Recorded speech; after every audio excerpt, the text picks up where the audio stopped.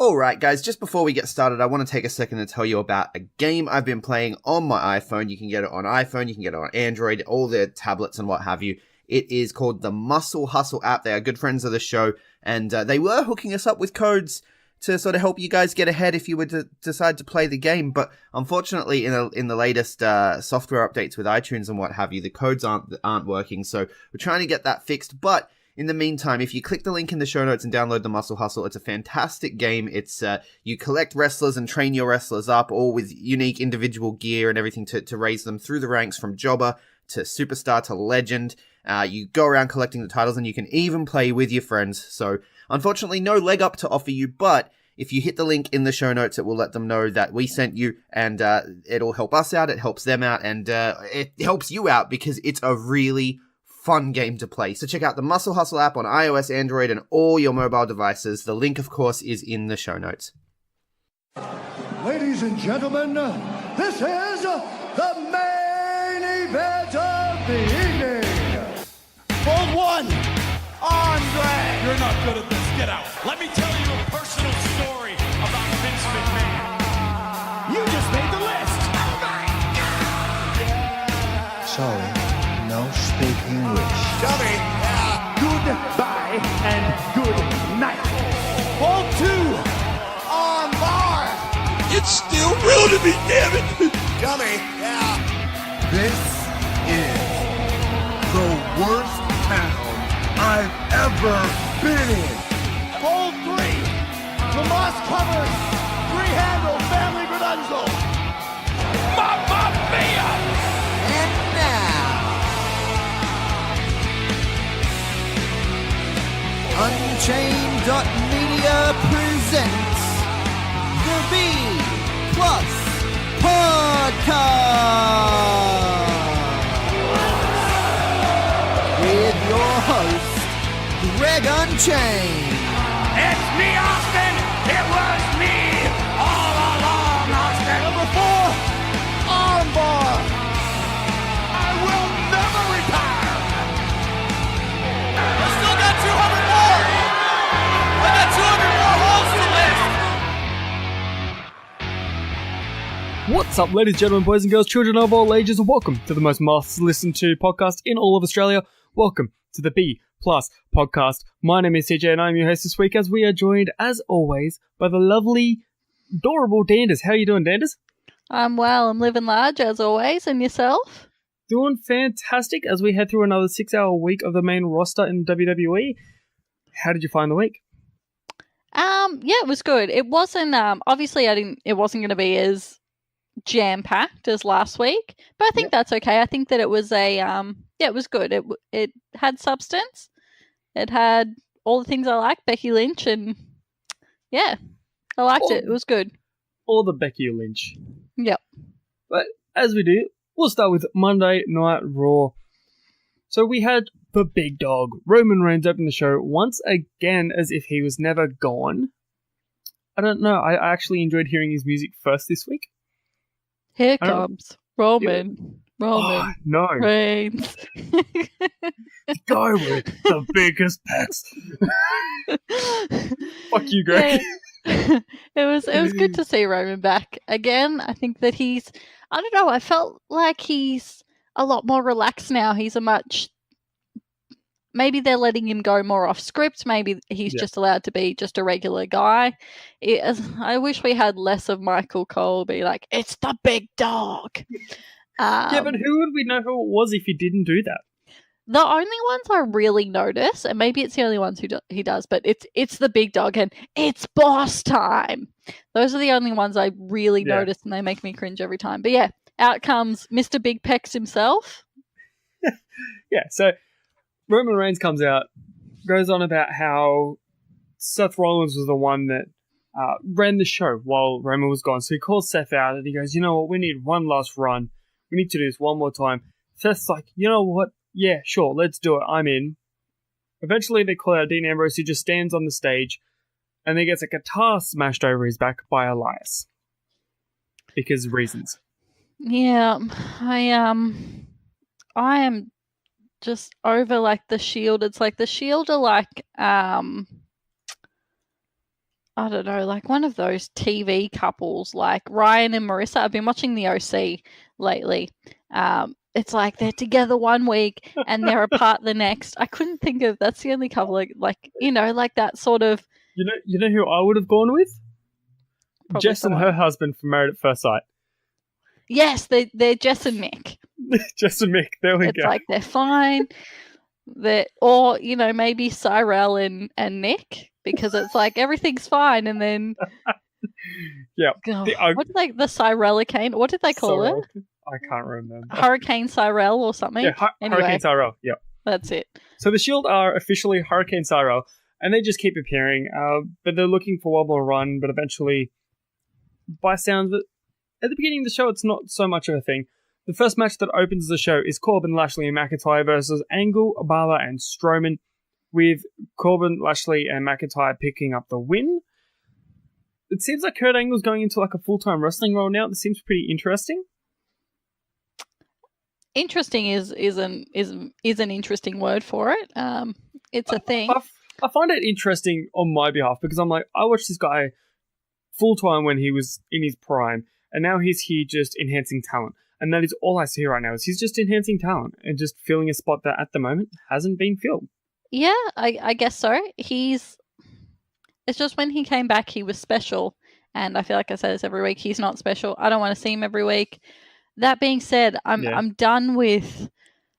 This whole match is the culmination of people WWE wanted to be the top stars, and for some reason they're not, with the exception of Angle. Angle obviously was a top star back in the day, but it's like, these are all picks we had for the guy, and for one reason or another, we changed our mind. Now let's put them all together in a storyline. That's pretty much what it is. But of course, they made the heels look extremely powerful in this match, and I've got to hand it to them. The heels in this match, like Corbin, Lashley, and McIntyre, I had to clarify that in case people thought that Balor was a bad guy. They have seemed so dominant. I don't know what it is, but they just downright look dominant. Yeah, I don't know. I'm bored with this. I'm so bored with it. I'm bored with the alliance between Lashley, McIntyre, and Corbin. I feel like they're all good enough to be on their own. Their characters don't gel together. They don't make any sense. Having three powerhouses in the one unit it just doesn't make sense to me. It's like they don't have anything to gain by being all together. Well, apparently Lashley can gain the Intercontinental Championship. Apparently that's his goal. I don't get it. He's gunning for it, apparently. I don't know. I feel bad because I'm bored with this. I don't care about it. Seems really odd considering he's having like two other guys with him who would probably go for the same thing. I don't know. It's just weird. But like, if you have a look at the history of them, like you've got two Money in the Bank winners there, both unsuccessful. You've got and then you've got the next big thing. It doesn't make sense. This whole storyline does not make sense. However, we're moving into the next match where we have Natalya versus Ruby Riott. Once again, it was really boring. I don't like saying that about Ruby Riott's matches, but this was just so boring. Natalya obviously defeating Ruby Riott by pinfall. Afterwards, though, Natalya was celebrating up the ramp, and Lacey Evans does a quick walkout like she's been doing lately. So that could be a hint to her first feud. I was okay with this as far as Lacey Evans' entrance as well, because at least it made sense. If it's building to something here, fantastic. I saw the most amazing GIF, not GIF, it was like a video clip on Twitter of someone being like, Ruby Riott squashed again on Raw, and it had Billy Kay going, "You've got to be kidding me!" It's like that summed up my feelings. Poor Ruby. I hope that this is just her paying her dues, and in a couple of years' time, or less, in 18 months' time, she has a championship or something. There has to be some culmination for all this shit eating. Yeah. No, that's exactly right. Next, we get a mad promo by Triple H. I'm getting goosebumps just thinking about this. This man is the king of the microphone. Now, I don't care who it is in history. In my personal opinion, Triple H has always been the king of the mic. Yeah. I agree that like his ability to command an audience has not skipped a beat. You know, he's been doing this for 30 years, not quite 30 years, but nearly 30 years. Something like that. Yeah, 25 years. He has not skipped a beat. The only thing I don't like, and I don't like this in general, and we've been seeing it a lot in the Becky Ronda feud, is where he talks about how this is real. Oh, yeah. And I feel like whenever you bring in something that's real, it doesn't make it feel more important to me. All it makes me feel is, oh, you think everything else is fake, and everything else is fake, but like still real to me, damn it. That's my only gripe with this whole segment was that part. My only gripe about this is he didn't pull a CM Punk moment. He could have been like, you know what, I've had enough. This isn't Triple H talking to Batista. This is Paul Levesque talking to Dave Batista. And I'm like, I was waiting for it. You know how Punk did the like Phil Brooks talking to Paul Levesque moment? I reckon that would have made it a bit more. But yeah, but I think, to my knowledge, like from what I've seen, Triple H goes by H and Hunter and things like that backstage. Yeah. I think he would call Batista Dave probably, but I think that he would still be Hunter, or just judging from all the things, like all the chronicles and things that they show, that seems to be. But I like what you mean, but I thought that this was really good. I like the way that they're taking it. Yeah. But yeah. I'm excited to see that this is going to potentially build into like a street fight or a force count anywhere at WrestleMania. Yeah, let's see some old dudes tear each other apart, some jacked old dudes. Hey, we saw it at Super Showdown, so why not here? I wasn't being sarcastic. They're both in fantastic shape. It's not going to be like The Undertaker and Shawn Michaels. I want to see some old jack dudes, very dedicated to their characters, just fucking smashing it. Yeah, it would be a good match. I'm really looking forward to it. Next match we got, however, was a gauntlet match where we finally get Ascension and B-Team get some TV time as Heavy Machinery runs through B-Team, Ascension, and the hype, well, we can't call them the Hype Bros anymore, Zack Ryder and Kurt Hawkins. Now, this stewed from a backstage segment where Ascension was trying to talk everyone into beating Heavy Machinery up or something. I don't get this angle. I really don't. It's kind of boring. Yeah. I found the match boring. I think that Heavy Machinery looked boss as fuck. They looked amazing. Yeah. But it just showed how weak the Raw tag team division is. Yeah, well, that's exactly right. They just fed 3 tag teams, 3 actually quite decent tag teams, to NXT call-ups. Yep. And it was just kind of like, here, feed them, make them look strong. Yeah. Yeah. The poor Ascension. They've never recovered. I don't think they ever will. No. Send them to AEW, get them over with the Indies, and then make WWE bring them back and respect them. Yeah, that'll be waiting to it. Yep. Next matchup, we get Dean Ambrose versus Elias. They sort of come out and have their little match. It's decent, I think. I couldn't quite get it. I feel like this was like a good sort of mid-card match. Elias keeps talking, and Corey Graves as well was talking shit about Gritty. Now, if you're not an NHL fan, you might not know who Gritty is. He is the mascot for the Philadelphia Flyers. That's their hockey team.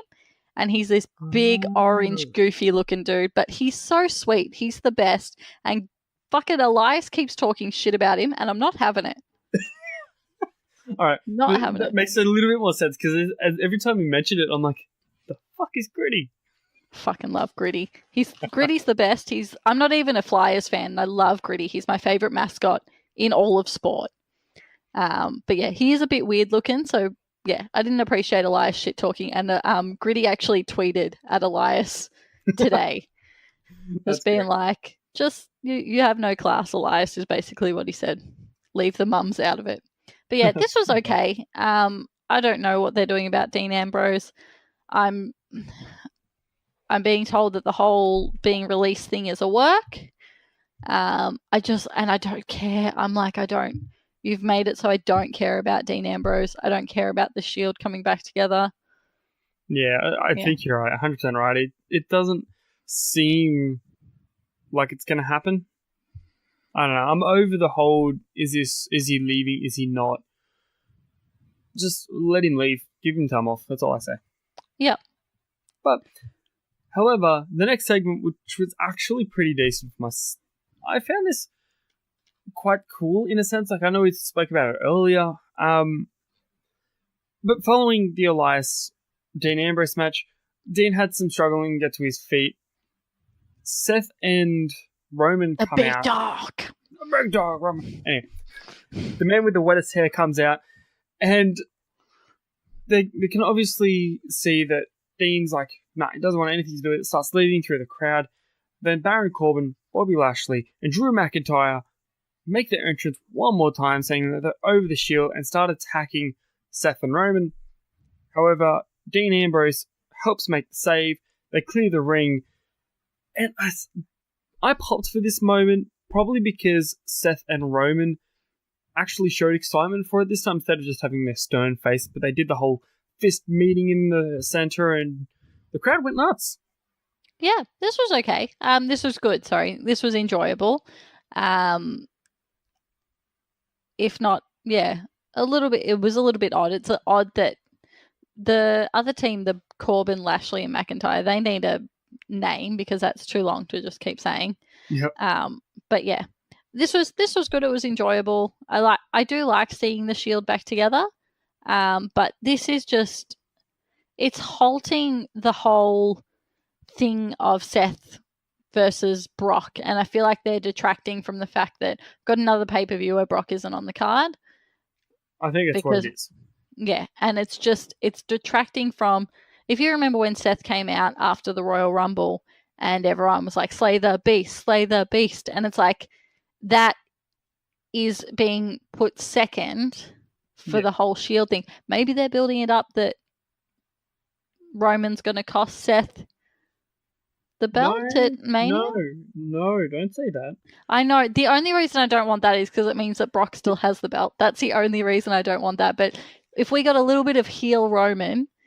you know what would be a good way to close the show, in a sense? Or not maybe close the show, maybe close Monday Night Raw the day after. Is a Roman Reigns heel turn, where he's out celebrating with Seth after Seth has won the title and officially slain the Beast. And then, as he's celebrating, Roman appears out of nowhere and spears Seth Rollins. Yeah, I don't think we're going to get it, but I would like to see that. I think it would be a nice throwback to WrestleMania 32. I don't think we're going to get it. I don't know where this is going, but I want Seth versus Brock, and I want that to receive the attention that it deserves. Yeah, definitely. I think this is literally just a filler leading up to, of course, next week, which is after Fastlane. So it's going to be cool. I'm just excited to see this match happen. Yeah, it's going to be good. And I just thought of a name as well for Lashley, Corbin, and McIntyre. They're going to be called the Muscle Bros. Okay, I like it. I'm on board. Cool. Next match, we get Sasha Banks versus Tamina. This was a quick match. It just kind of... It kind of just... I don't know. It didn't sit well for me this week. I didn't enjoy it. Mind you, I don't enjoy most of Banks' matches. It just seemed over the top, and I kind of got bored with it. Yeah, I think at this moment, two pigeons were having intercourse outside my window, and I found that more entertaining than this match. It was, and I can't, because I love Sasha Banks, and I'm not surprised the match is short when you have a look at how Tamina's been performing. Not any fault of her own, I don't believe. I think that she's been used so sparsely. Yeah. In her time since coming back. But it just makes me so sad that Sasha Banks, with Bayley is breaking away. Sasha Banks and Bayley should be in tag matches. That's what they should be doing. It doesn't make sense that it's like this. This doesn't make sense. They need to be having tag matches. They're the tag team champs. Yeah, you have a good point. Like, it's not... Singles matches with tag team champions does not work. And especially for brand new tag team champions, doesn't sit well for me either. Exactly, especially when they're supposed to be defending on both they're supposed to be defending on both brands, I believe. Is that the case? Yeah, so they defend Raw, SmackDown, and NXT. Oh, yeah. This is just their way of sending Sasha and Bailey back to NXT. Yeah, because we all know that Sasha needs it. But yeah. From one Savage. from one Savage. tag team champion to another, we get the Raw Tag Team Champions, The Revival, versus Aleister Black and Ricochet. Once again, they're feeding them to NXT. However, the Revival technically officially got the win because... Oh, was this for the Tag Team Championships? Yes, it was. I completely forgot about that. However, Chad Gable and Bobby Roode got involved and attacked the Revival, causing the disqualification. So obviously, Roode and Gable, Black and Ricochet, they all brawled. NXT getting the upper hand as always. So this actually led into a triple threat tag team match for the Raw Tag Team Championships. We have NXT, or Team NXT as I'm going to call them, with Ricochet and Aleister Black versus the Revival versus Roode and Gable. I initially wasn't a huge fan of the ending, but then when I've seen that it's building to a match, I thought that was a really good way to do it. Keep it nice and relatively short. Yeah. I think that this is going to be a great triple threat tag match. I'm loving heel Roode and Gable. I think that's really good. Yes. A really good angle for them because I think that they've been... It feels like it's been forever since I've seen them, but I feel like they've been face, or when they were champions, they were face. Yeah. I like seeing them being heels and feeling hard done by and everything like that. So I think that this match is a really good build. Prior to this, we had that weird fucking segment with the Saturday Night Live guys. Yeah, I couldn't get into this. I didn't understand it. Yeah, all I know is when I had Instagram, that Michael Che guy, he used to follow me on Instagram. So that was a bit of a pop. But yeah, I didn't get it. I don't get who these people are, apart from the fact that they're on Saturday Night Live. One of them got choked out by Braun Strowman and was like, "Does that feel fake?" And it's like, yeah, no, we get it. People think wrestling's fake. Fuck off. Yeah, it's everyone's saying that it's this is real. Damn it, that's what I got from this week. Everyone's trying to remember that this is real. Yeah. I completely forgot about that. However, yeah, it was pretty forgettable. However, we do lead into the final segment of Monday Night Raw. Ronda Rousey made her return after a week. Everyone was so hyped. Oh my gosh. Stephanie announces that the vacant Raw Women's Championship was going to be up for grabs out in Fastlane. However, Ronda Rousey makes her return, storming through the carport with that strut that she does. And all of a sudden, she's back. She's the champion. And she lays hands on the man. I don't understand the whole thing about giving up the title only to then take it back and then just be given it back. It made no sense to me. It didn't No. And right. Ronda's. I guess this is where we got the Ronda heel turn. Yeah, I would say this is the Ronda heel turn that everyone's been waiting on. Yeah, and look, she's getting better on the mic, but I think that less is more. When she gets too wordy, she mixes up what she's saying. She didn't sound menacing at all. No. I think that she has the ability to look really angry and fierce, and she looks really heelish. I think that less is more on the mic. She's definitely getting better, but I don't know if you saw all my postings everywhere, but as soon as she said the thing, "No more Mrs. Nice Bitch," yeah, I'm like, does that make your husband Mr. Nice Bitch? Because why are you Mrs.? Why are you married? What was your name before you were Mrs. Nice Bitch? Are you going back to your maiden name? Are you marrying someone else? But yeah, less is more with Ronda. More is more with Becky. Yep. But yeah, I really liked this. I thought that it was good for Ronda to get some comeuppance on... Yeah, sorry, I'm rambling. That's all right. Yeah. What was your thoughts? I actually enjoyed it. I enjoyed a couple of stiff shots from Rousey. That was quite interesting, actually, to look like she actually connected with Becky with the first slap and the knee to the face. They look like they actually connected. And to be honest, I don't blame her after the comments that Becky Lynch made on social media. Because that was... Is it real, or is it a work, or is it a shoot? I don't know, to be honest. I'm not too sure, but calling anyone's husband a dick and then putting their face on like what looks like a dick at that point, well, that made me laugh so hard. Yeah, but Rhonda's really focused on the whole genitals thing with the name the man. Yeah, true.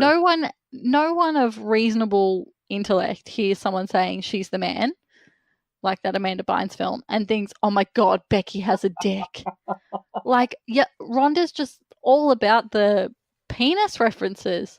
But yeah, I think that Bully Ray or Bubba Ray, I think he put it best when someone said, he was like, he's asked, does he think it's real or is it fake?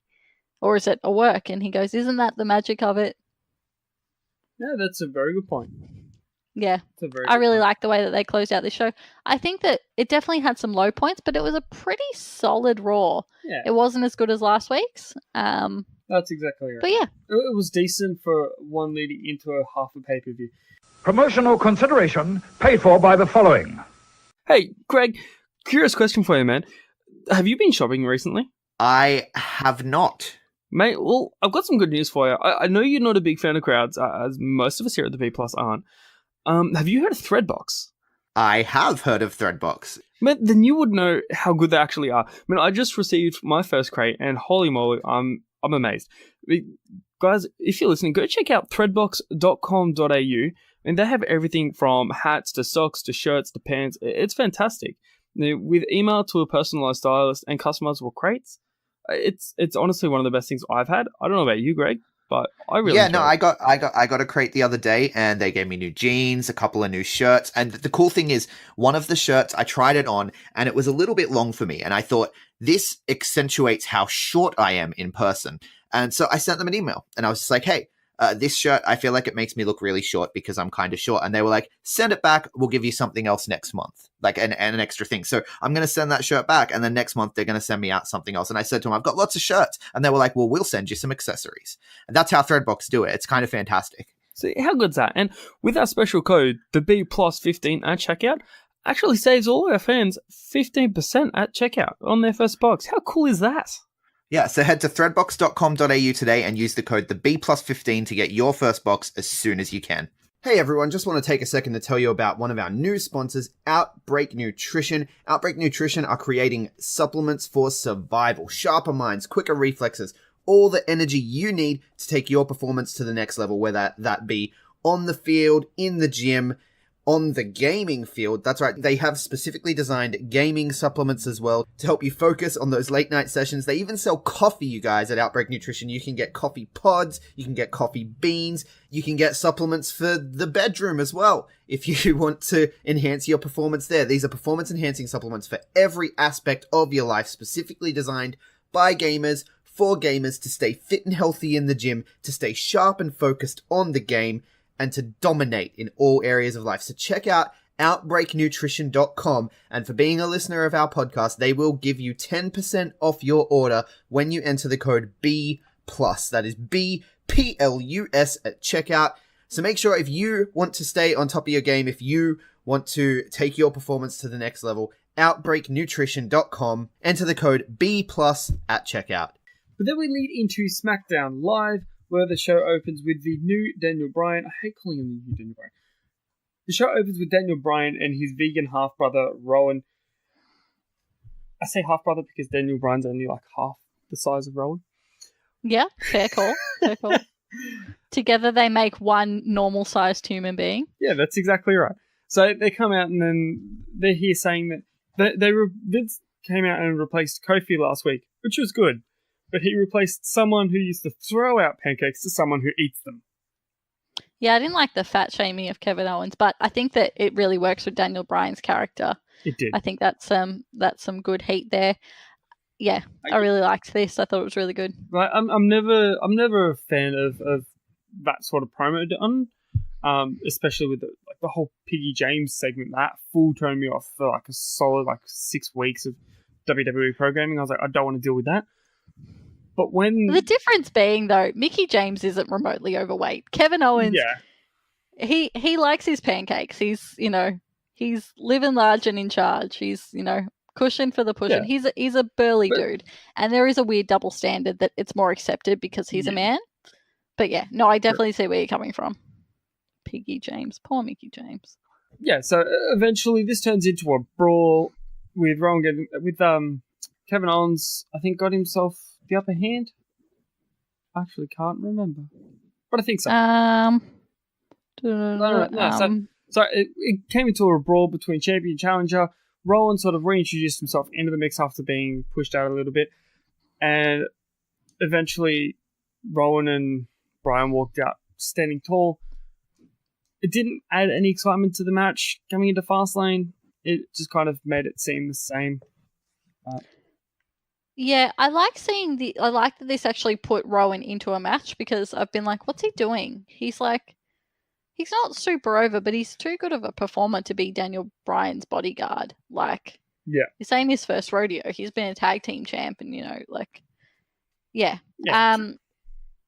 But yeah, I agree. It doesn't really add any excitement to this weekend, but at the same time, everyone's just wanting to be like, who's facing Kofi? Who's facing Kofi at Mania? Yeah.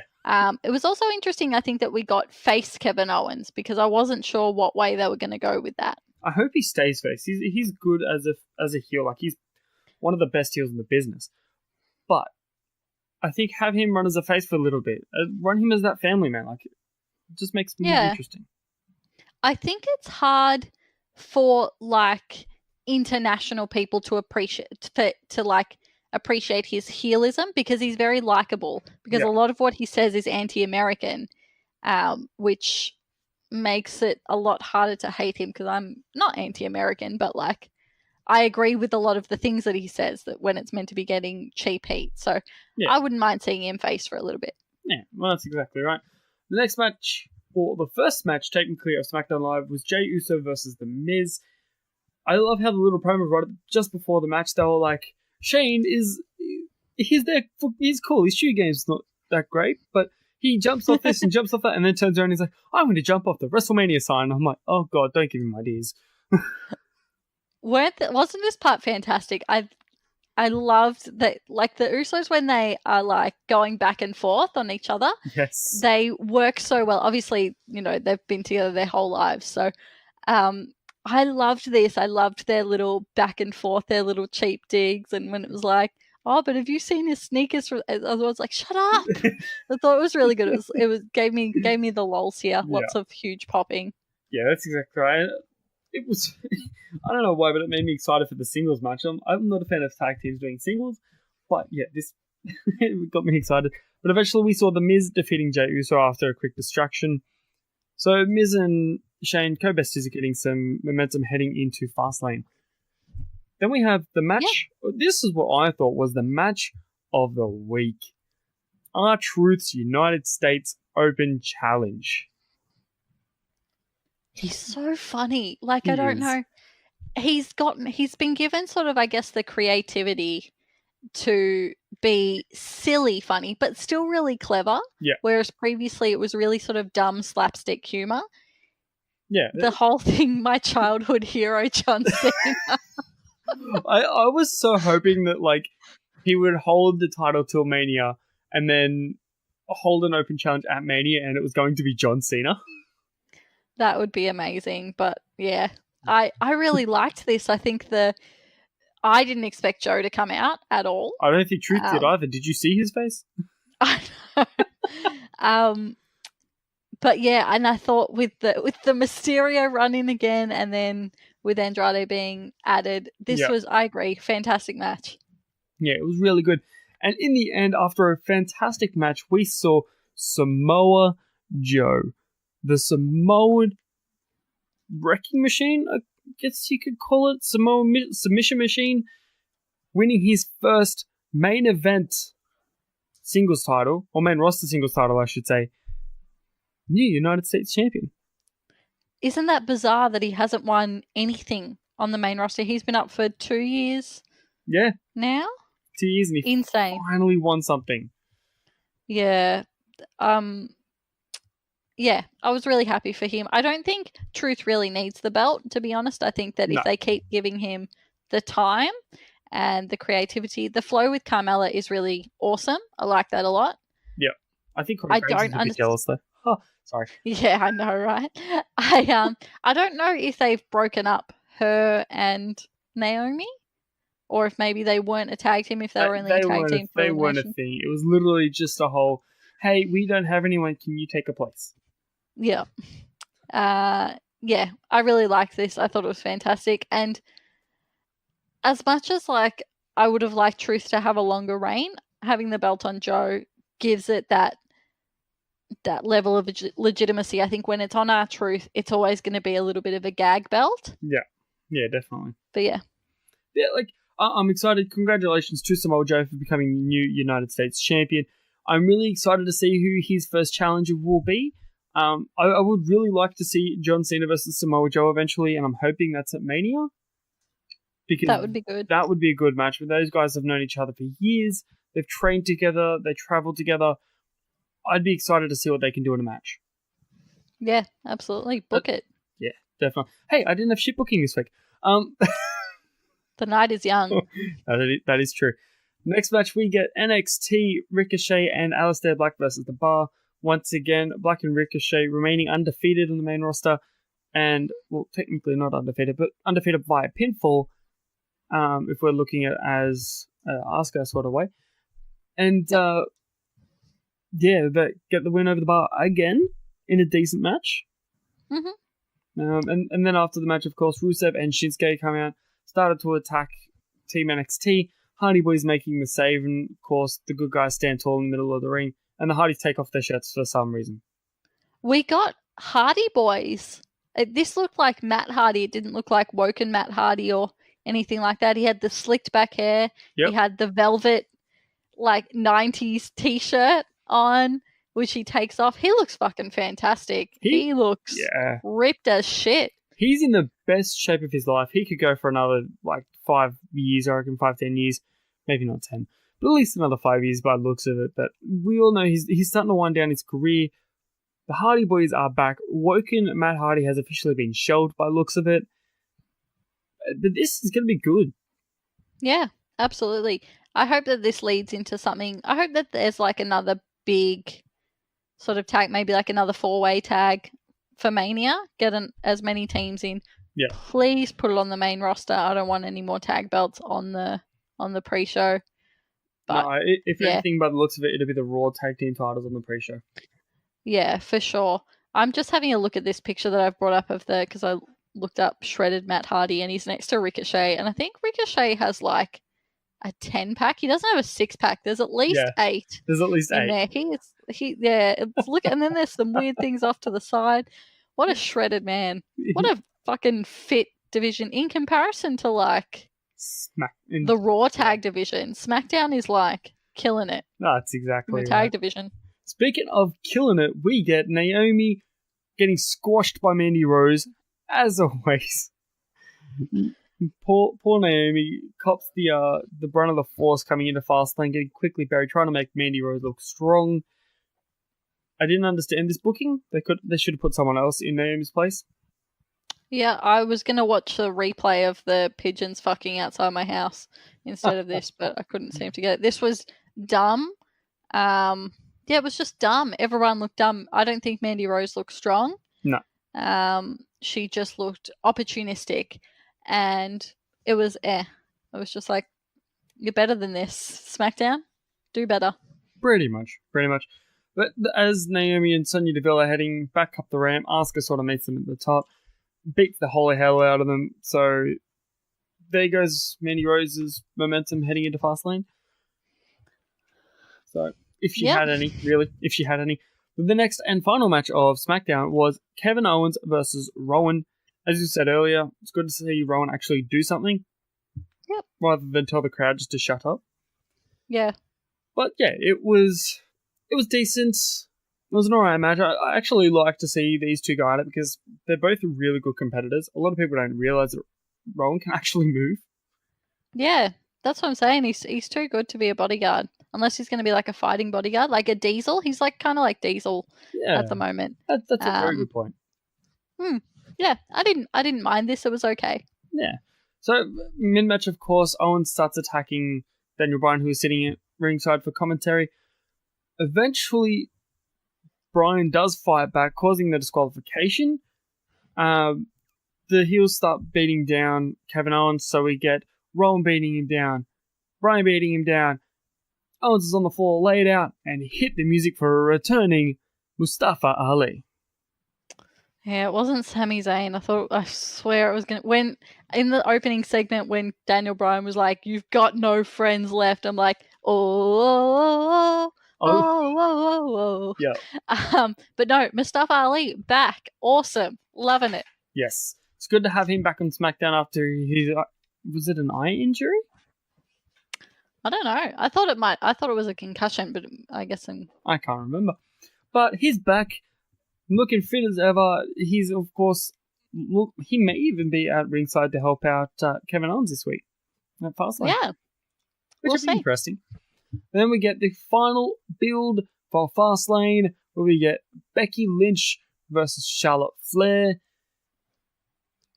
This was quick and easy. Eventually, Charlotte just turns to attack Becky Lynch. Becky getting the upper hand and just constantly applying the disarmer. So Lynch is standing tall and has got a lot of momentum running into Fastlane. Yeah, there's no consistency with Becky's injury, which kind of I would be annoyed about if it wasn't Becky Lynch. But yeah, this was a good build-up, but I feel like it didn't add anything to what happened the night before. I feel like it's a little bit of a saturation. They're like, and I'm someone who loves Becky, but it's like, yeah, too much of a good thing. True. Let's just get these two through Fastlane. And I guess I'm hoping, what if Becky loses? Imagine if we're not getting the triple threat and it's just literally going to be Charlotte versus Ronda. Oh, wow. Oh, my God. That would be horrible. Speaking of Fastlane, let's get our picks for this week. So for the pre-show, it was announced as Rey Mysterio versus Andrade. Looks like Andrade has actually dropped Cien Almas, so it's just Andrade. Yeah, we covered that last week. Yep, I thought it wasn't official, but yeah, it's official. So Rey Mysterio versus Andrade in a singles match. I've got Andrade. I've got Andrade with some sneaky little... It won't be a clean victory. There'll be some sneaky actions from Selena Vega. I keep going to call her Savio Vega. Selena Vega. Savio? Yeah. Are you old enough to know Savio Vega? No. Oh, he's a wrestler from the 90s. I don't think he was in Nation of Domination. No. But yeah, I'll have to go do some Googling. Yeah. Yeah. If you need a match, he had a strap match against Stone Cold Steve Austin, which was it was mediocre. It was an enjoyable match. But yeah, Selena Vega, I think she'll get involved. Yeah, definitely. Then we get the Raw Tag Team Championship Triple Threat. The Revival versus Aleister Black and Ricochet versus Rude and Gable. Who you got? Blackishay. Blackishay. Go all in. This will seal him as being in Raw. Yeah, good point. Yep. That's a very good point. But I actually have the Revival for this. God, I hope it's the Revival. I really do. Yep. Then we get what was announced as a 6-man tag team match, The Shield versus the Muscle Bros. I'm going The Shield because apparently this is obvious. Yeah, I'm going The Shield too. I don't want to see... If anyone's going to turn, make it Roman. I don't want to see a Dean Ambrose turn. I feel like that's... Yeah. That's been and done with. None of that. No, they need Roman. Roman's the last person to turn heel on the group. Seth did it first, then Dean. Now it needs to be Roman. Yeah. Then we get the Usos versus the co-besties, Miz and Shane, for the SmackDown Tag Team titles. I have the Usos. Yeah, I have the Usos too. I think that this is going to build the extremely obvious Shane versus Miz. Miz is going to lose in front of his dad in his hometown. Oh no! Yeah. It's going to be the worst thing ever. Yeah. Oh well. Then we get from one tag team title to another. We have the Boston Hug Connection, Sasha and Bayley, versus Tamina and Nia Jax. Boston Hug to retain. Yeah, fingers crossed. I can see them putting it on Nia and Tamina. Tamina's going to eat the pin, I think, if if they are going to lose. Yeah. It's not. They've only just got the belts. Don't take them away from them just yet. Yeah, pretty much. Then we get Asuka versus Mandy Rose for the Women's SmackDown title. Isn't it obvious? Oh, please let it be Asuka. I haven't even seen. Asuka hasn't even defended it, has she? Not yet. Not yet. In almost 2 months. Yeah. Well, but yeah, Asuka to retain. Yeah, definitely. Then we get Daniel Bryan defending against Kevin Owens for the WWE title. I've got Bryan to retain. Absolutely. I can't see them putting the belt on Owens and just taking away from this No. monster heat that Bryan has. Especially when Kofi's right around the corner. Yeah. But then we have the match that everyone else is talking about, Becky Lynch versus Charlotte Flair. If Becky Lynch does win, she will be added into the Raw Women's Championship match at WrestleMania 35. Becky. Yep. Our girl Becky's got it. Yeah. Side wager. Yep. Which one is going to main event, Becky versus Charlotte or Bryan versus Owens?